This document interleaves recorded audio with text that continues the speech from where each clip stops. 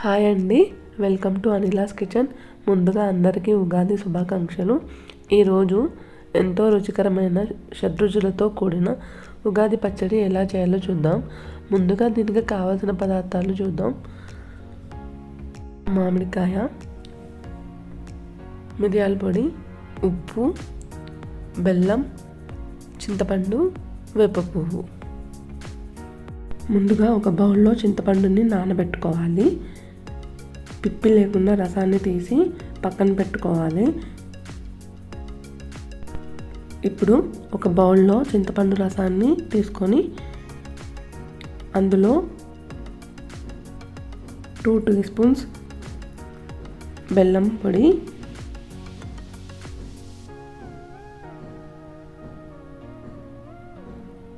1 tea spoon మిరియాల పొడి, 1/2 tea spoon ఉప్పు, 1 టీ స్పూన్ వేప పువ్వు,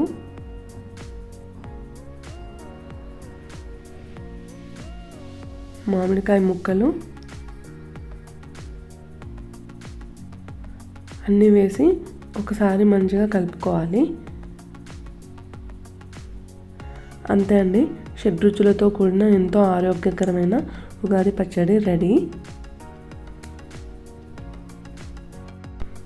మీరు కూడా ఈ ఉగాది పచ్చడిని ఒకసారి ట్రై చేసి ఎలా ఉందో నాతో కామెంట్స్లో షేర్ చేసుకోండి. Thank you for watching.